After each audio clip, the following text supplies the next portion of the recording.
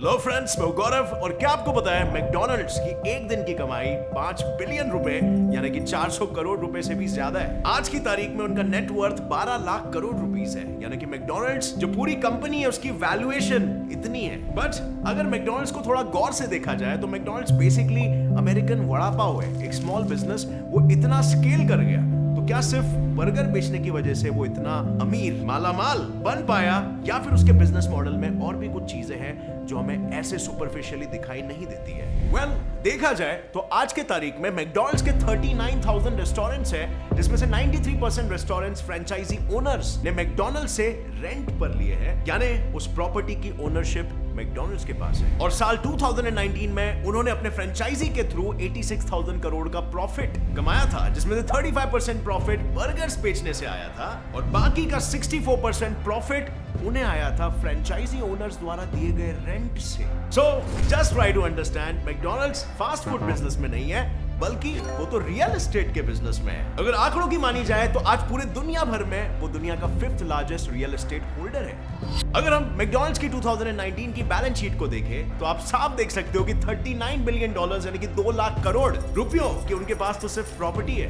And इसी से उठता है एक दूसरा सवाल कि फ्रेंचाइजी ओनर्स आखिर मैकडॉनल्ड्स की फ्रेंचाइजी खरीदना क्यों चाहते हैं? क्योंकि हर साल उन्हें रेंट तो भरना ही पड़ रहा है और साथ ही उन्हें देने होते हैं 44 lakh rupees as a franchise fee. और इतना ही नहीं, हर महीने रेंट के साथ उन्हें अपने प्रॉफिट में से 8.5% मैकडॉनल्ड्स को भी देना होता है एज अ रॉयल्टी। और इतने पैसे डालने के बाद अगर फिर भी फ्रेंचाइजी फेल होता है तो मैकडॉनल्ड्स ज्यादा समय नहीं गवाता, वो फ्रेंचाइजी, वो एरिया, वो रियल एस्टेट किसी और इन्वेस्टर या ओनर को चढ़ा देता है। अब अगर मैकडॉनल्ड्स इतना कठोर और डिसरिस्पेक्टफुल बन रहा है तो फिर क्यों इन्वेस्टर्स करोड़ों रुपया लेके मैकडॉनल्ड्स के पास चले आते हैं दुनिया छोड़कर बर्गर बेचने के लिए? और मैकडॉनल्ड के पॉइंट ऑफ व्यू से अगर वो इतनी बड़ी रियल एस्टेट की प्रॉपर्टी होल्ड करके बैठे हैं तो फिर क्यों वो इस बर्गर वाले बिजनेस में चिपके पड़े हैं, जबकि वो आसानी से कोई दूसरा रियल एस्टेट का बिजनेस खोल सकते हैं, है ना? और फ्रेंड्स, ये इतना ब्रिलियंट सा आइडिया मैकडॉनल्ड्स के ओनर के पास आया कहां से कि वो एक ही तीर से 2 या 3 शिकार कर पा रहा है?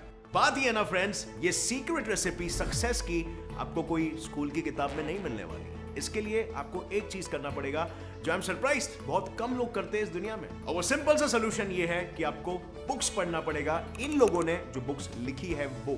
आई mean it's simple friends, no rocket science. जिन लोगों ने इतनी तरक्की और सक्सेस हासिल की है लाइफ में, उन्होंने कितने इनोवेशंस किए हैं, उन्होंने कितनी लर्निंग हासिल की है, उन्होंने कितने चैलेंजेस फेस किए हैं, ये सब आपको बुक्स में मिल जाता है। लेकिन दुर्भाग्यवश हम में से बुक्स कितने लोग पढ़ते हैं? अगर कोई बुक रीडिंग भी करता है तो यूजुअली फिक्शनल बुक पढ़ेगा, परियों की कहानी, कैरेक्टर्स की कहानी, जिसके पीछे कोई भी लर्निंग नहीं होता। अब दोस्तों, अगर आपको अभी भी समझ में नहीं आया मैं क्या बोलने की कोशिश कर रहा हूं, तो जरा इमेजिन करो बिल गेट्स अगर वो 4 या 5 घंटे आके आपको एक लेक्चर ले, या कह सकते एक मास्टर क्लास ले, जिसमें वो आपको वो सारी चीजें सिखाए जो उसने अपनी लाइफ में सीखी है, ठोकरे खाकर आपको लर्निंग्स दे, आपको इनोवेशन के आइडियाज बताए, आपको माइंडसेट बताए, तो क्या लगता है उस 4 या 5 घंटे की सेशन की वैल्यू पैसे में कितनी होगी? बिल गेट्स स्वयं आ रहा है आपके घर में और आपको ये सब सिखा रहा है, एटलीस्ट 10 करोड़। मैं तो मजाक कर रहा हूं, 10 करोड़ में तो प्राइवेट अपीयरेंस के लिए भी नहीं आएंगे। बट ये सारी की सारी वैल्यू आपको मिल सकती है 200 से 300 रुपए में एक बुक के जरिए। अब बात ये ना कि हम में से बहुत सारे लोग बुक्स नहीं पढ़ते क्योंकि ऑब्वियसली बुक्स इंग्लिश में होती है या वगैरह वगैरह। बट यहीं पर कुकू एफएम नाम की एक कंपनी है जिन्होंने एक ब्रिलियंट सोल्यूशन निकाला है। उन्होंने ऑडियो बुक्स बनाना शुरू कर दिया है रीजनल लैंग्वेजेस में। मतलब आप वो सारी ऑडियो बुक्स को हिंदी में सुन सकते हो और ऑडियो बुक के समरीज भी होते हैं कि अगर आपको पूरी बुक नहीं पढ़नी तो आप शॉर्ट में उसका पूरा एक समरी पढ़ सकते हो और अपना टाइम बचा सकते हो, and still you can maximise the value that you get. और सबसे बड़ी बात, ये बुक्स आपको मिलते हैं ऑडियो फॉर्मेट में। इसका मतलब आप कुछ भी काम कर रहे हो उसके साथ साथ आप मल्टीटास्क करते हुए ये बुक्स को रीड कर सकते हो। आपको सेपरेटली अलग से टाइम निकालने की जरूरत नहीं होती। मे बी आप ट्रैवलिंग के वक्त सुन सकते हो, ब्रेकफास्ट करते हुए सुन सकते हो, और ये लर्निंग आपको आपके करियर में बहुत हेल्प करेगा। इसमें आपको best self development, knowledge, motivational, financial knowledge, business, career, leadership और मैनेजमेंट की बुक्स मिलेगी, जैसे the power of habits, rich dad poor dad, Chanakya नीति, स्वामी विवेकानंद के बुक्स और सुशांत सिंह राजपूत की book it's okay to cry. और जैसे आप देख सकते हो यहाँ पर आपको स्टीव जॉब्स की इनोवेशन पर बुक भी मिलेगी, और भी बहुत कुछ at an unbelievable price of less than 1 rupee per day. Just imagine, करोड़ों की वैल्यू उस इंफॉर्मेशन की है, जिन लोगों से वो आ रही है, वो आपको less than 1 rupee per day में मिल रही है, क्योंकि इस ऐप की कीमत है 399 रुपीज पर ईयर। पर अगर आप नीचे दिए गए डिस्क्रिप्शन से क्लिक करोगे तो आपको 20% ऑफ मिलेगा, यानी इस ऐप की कीमत आपके लिए बस 319 रुपीज पर ईयर हो जाएगी। सो इस खर्चे को खर्चों की तरह मत देखो, बल्कि इसे एज एन इन्वेस्टमेंट देखो कि आपको पता है knowledge compounds with time and you don't want to take bad decisions in life. So anyway friends, coming back to the video, यहां से भी थोड़ा ज्ञान एक्वायर करते हैं। मैकडॉनल्ड्स की फ्रेंचाइजी सिस्टम की शुरुआत जब 1961 में हुई थी, तब रिचर्ड और मॉरिस मैकडॉनल्ड ने अपने कंपनी को रे क्रॉक को बेच दिया, वो भी बस 20 करोड़ रुपए में। आई नो अभी वो काफी पछता रहे होंगे, क्योंकि वो 20 करोड़ की कंपनी आज 12 लाख करोड़ की जो बन गई है। पर एनीवे, उन्होंने ये कंपनी जिस पर्सन को बेची थी, रे क्रॉक, वो कोई बिजनेसमैन या एंटरप्रेन्योर नहीं था, बल्कि वो तो एक सेल्समैन था जो मिल्क शेक्स बनाने की मशीन्स को बेचता था।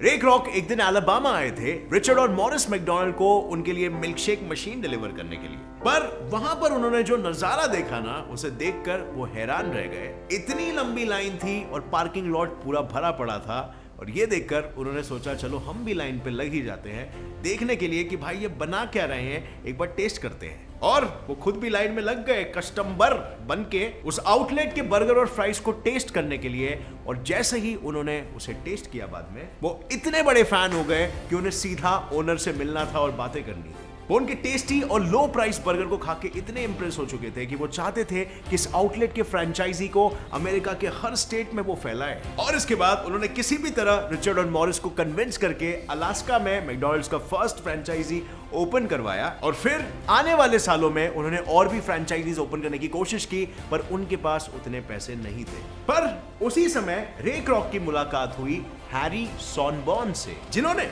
रे क्रॉक से कहा कि प्रॉब्लम तो भाई आपके बिजनेस मॉडल में है, क्योंकि उन्हें एक फास्ट फूड बिजनेस में नहीं बल्कि एक रियल एस्टेट बिजनेस में होना चाहिए। और इसी के साथ शुरुआत हुई मैकडॉनल्ड्स के रियल एस्टेट बिजनेसेस की। पर उनके पास शुरुआत में उतने पैसे नहीं थे कि वो हर जगह पे अपनी एक एक प्रॉपर्टी डाल सके, और इसीलिए जो जगह उन्हें पसंद आती थी वो उस जगह के ओनर के साथ एक एग्रीमेंट साइन कर लेते थे। उस जगह को लोन पर लेकर महीने महीने बाकी के किस्तें वहां पर चुकाते थे। फॉर एग्जाम्पल, हर महीने एक मैकडॉनल्ड फ्रेंचाइजी का 1.48 करोड़ प्रॉफिट होता है, तो उसका 8.5% हो जाता है 12 लाख रुपीस। तो अब मैकडॉनल्ड उन पैसों से 6 लाख रुपए किस्त का चुकाएंगे और 6 लाख उसका खुद का प्रॉफिट बनेगा।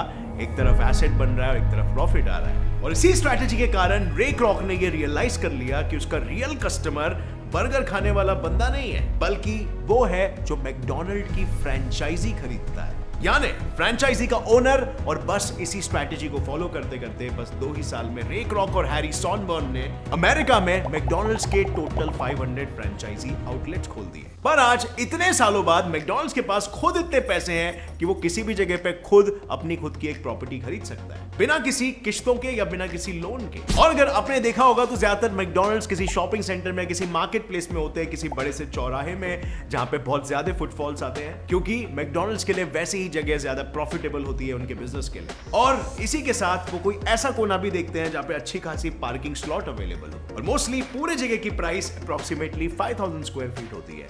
और ऐसी प्रॉपर्टी मिलने के बाद बस अब इंतजार करना होता है किसी फ्रेंचाइजी ओनर का, जो ढूंढने में उन्हें ज्यादा समय बिल्कुल नहीं लगता है, क्योंकि जैसे आपको पता है आज की तारीख में मैकडॉनल्ड्स बच्चों में और बड़े लोगों में काफी फेमस है। बच्चों के लिए हैप्पी मील्स प्रोवाइड करते हैं और बड़े लोगों के लिए एक बहुत ही cost efficient fast food chain. और इसीलिए इतने सालों में मैकडॉनल्ड्स ने बाकी के दूसरे फास्ट फूड चेन्स को रेस में पीछे हरा दिया। और मैकडॉनल्ड्स की इसी बढ़ती हुई तरक्की और सेल्स को देखकर इन्वेस्टर्स और एंटरप्रेन्योर्स मैकडॉनल्ड्स का फ्रेंचाइजी खरीदने में हमेशा इंटरेस्टेड रहते हैं। पर वो फ्रेंचाइजी उसी जगह पर खोल सकते हैं जिस जगह पर मैकडॉनल्ड उन्हें वो फ्रेंचाइजी अलॉट करे। और मैकडॉनल्ड्स ही आउटलेट के बोर्ड से लेकर टॉयलेट सब कुछ खुद बना के देता है, और साथ ही साथ मुंह पोंछने के लिए लगने वाले नैपकिन से लेकर बर्गर के अंदर का पैटीज तक सब कुछ मैकडॉनल्ड्स ही प्रोवाइड करता है। फ्रेंचाइजी ओनर का काम बस ये होता है कि उसे एक फ्रेंचाइजी एग्रीमेंट पर साइन करना होता है, 14 करोड़ देने होते हैं और साथ ही 44 लाख का फ्रेंचाइजी फी देना पड़ता है। इसी के साथ उन्हें हर महीने के प्रॉफिट का 8.5% भी मैकडॉनल्ड्स को देना होता है, और साथ ही अपने हायर किए हुए एम्प्लॉइज को उनकी खुद की सैलरी भी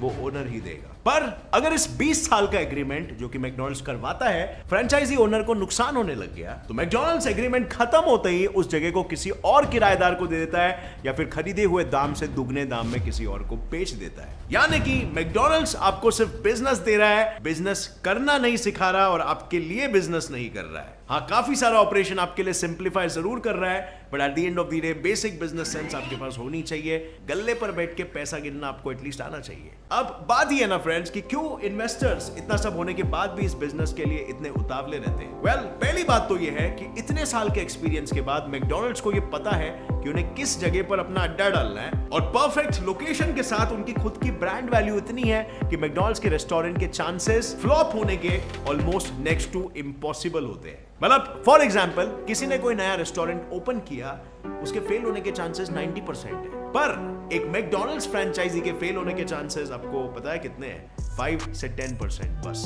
और मैकडॉनल्ड्स के एक एवरेज फ्रेंचाइजी लोकेशन के हर साल का सेल्स एटलीस्ट 20 करोड़ का होता है, और उसमें से rent, royalty fees, employee salaries वगैरह निकाल के भी फ्रेंचाइजी ओनर को एटलीस्ट 1.1 CR का प्रॉफिट होता है। मतलब अब एक सेकंड में मैकडॉनल्ड्स दुनिया भर में 75 बर्गर्स बेच देता है, ऑब्वियसली प्रॉफिटेबल तो है। एंड अब फ्रेंड्स, लग रहा है ना फायदे का सौदा, लेकिन हर कोई ऐसे ही उठ के फ्रेंचाइजी नहीं खरीद सकता, क्योंकि उसके लिए एटलीस्ट आपको करोड़पति होना तो जरूरी है, पर साथ ही जरूरी है मैकडॉनल्ड्स की खुद की यूनिवर्सिटी से ट्रेनिंग पास करने की। बिल्कुल, मैकडॉनल्ड्स की खुद की एक यूनिवर्सिटी भी है जिसका नाम भी काफी कॉमेडी है, हैमबर्गर यूनिवर्सिटी। बेसिकली ये एक ट्रेनिंग कोर्स है जिससे एवरी मैकडॉनल्ड के फ्रेंचाइजी ओनर को गुजरना पड़ता है। उन्हें leadership, operations, business growth, customer appreciation जैसे बिजनेस ट्रिक्स का नॉलेज दिया जाता है। उस इंसान के पास्ट एक्सपीरियंस और क्वालिफिकेशंस के हिसाब से उन्हें 9 to 24 मंथ्स की ट्रेनिंग दी जाती है, और बस फिर एक अच्छा लोकेशन और मैकडॉनल्ड्स की डिग्री, ये दोनों के साथ तुम उनकी फ्रेंचाइजी को खरीद सकते हो। अब फ्रेंड्स, ये तो वही बात फ्रेंचाइजी ओनर्स की।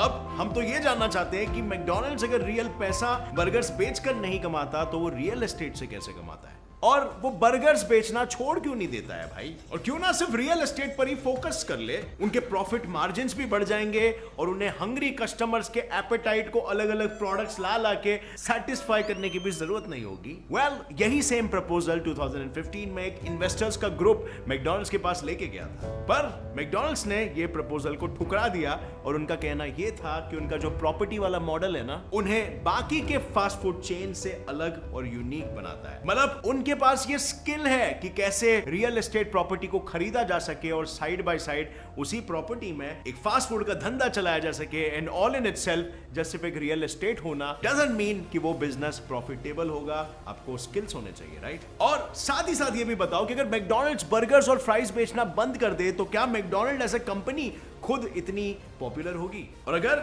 मैकडॉनल्ड्स पॉपुलर नहीं होगी तो उस खरीदे हुए रियल एस्टेट का मैकडॉनल्ड क्या करेगा? मैकडॉनल्ड्स के फ्रेंचाइजी ओनर्स भी मैकडॉनल्ड्स को खरीदने के लिए रेडी नहीं होंगे, और मैकडॉनल्ड्स को भी करोड़ों रुपए का प्रॉफिट नहीं होगा इन्हीं फ्रेंचाइजी ओनर्स के जरिए। और इसीलिए उन्होंने एकदम स्टार्ट से रियल एस्टेट पर ही फोकस किया। वो जगह खरीदते गए और फ्रेंचाइजी ओनर्स को किराए पे देते गए, और इस तरीके से उनका बिजनेस भी चलता रहा, और साथ में उन्होंने एसेट्स की लाइन खड़ी कर दी, और साथ ही उनके किराएदारों से आने वाले पैसे पर उन्हें कुछ भी टैक्स नहीं भरना पड़ता, क्योंकि रियल एस्टेट ओनर्स को सर्टेन टैक्स ब्रेक्स होते हैं।